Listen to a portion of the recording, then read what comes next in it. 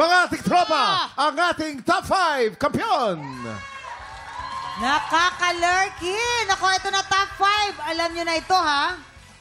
Para makakuha si Donna ng pwesto sa Grand Finals, kailangan niyang matalo ang isa sa inyo. Pero bilang winner ng huling hamon ng kampiyon, LA, may enjoy mo pa ang pwesto mo dahil this time, hindi ka pa pwedeng hamunin ni Donna. Sige, LA, baka kapagpahinga ka muna. Ayan, punta ka muna sa pinakamalapit na spa. Para simulan ang magbakan, let's welcome ang ating inampalan. Singer-songwriter, the R&B crooner, Daryl Ong. Concert stage performer and Queendom diva, Jessica Villarubin. Multi-platinum artist and OPM hitmaker, Renz Verano. Inampalan, this is going to be Donna's most important fight. Anong mapapayo nyo sa kanya para makaagaw ng pwesto sa Grand Finals? To be honest, ang pinaka-paborito kong performance ni Donna is yung first performance niya.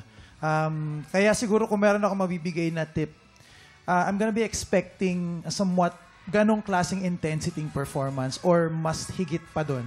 And I'm sure matinding bakbakan ang mapapakinggan namin ngayon. Donna, nakita ko yung galing mo throughout your journey, but gusto kong mas ipakita mo kung ano pa yung mas kaya mo. Ipakita mo yung talagang kakayahan mo. Bumirit ka hanggang gusto mo. Ibira mo yung boses mo na kayang-kaya mo namang gawin.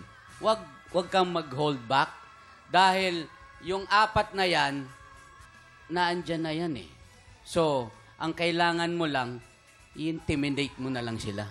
Ayun, intimidate. Intimidate. Or bumirit. Panatan, biritan para ma-intimidate. Bumirit hanggang gusto mo. Yung umuwi na tayong lahat, nandito pa rin siya bumirit. Diretso pa rin yung ano niya.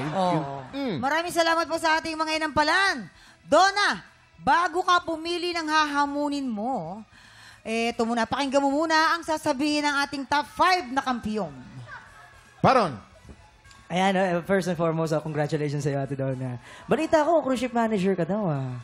Oo, bala ko rin magbarko eh, kaso bukang mauna ka pa yata.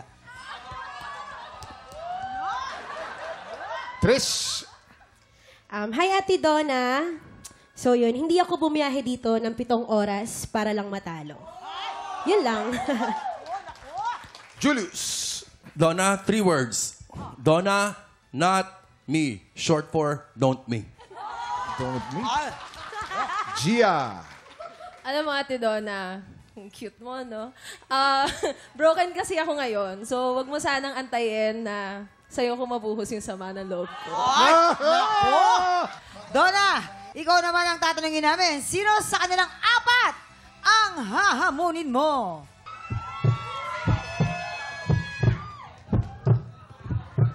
Ang hahamunin ko po ay si...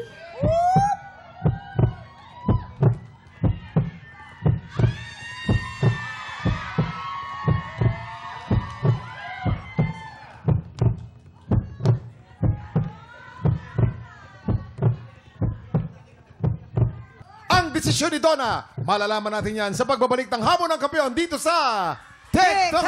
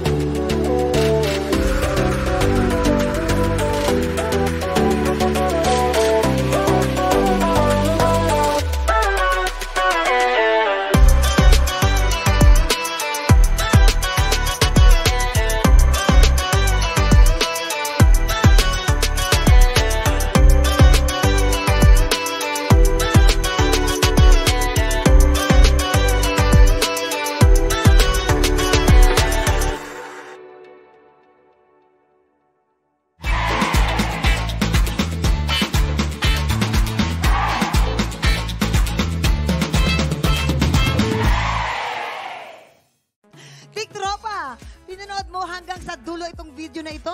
Abay, very good ka! For more happy time, watch more TikTok Lock videos on our official social media pages and subscribe to GMA Network official YouTube channel.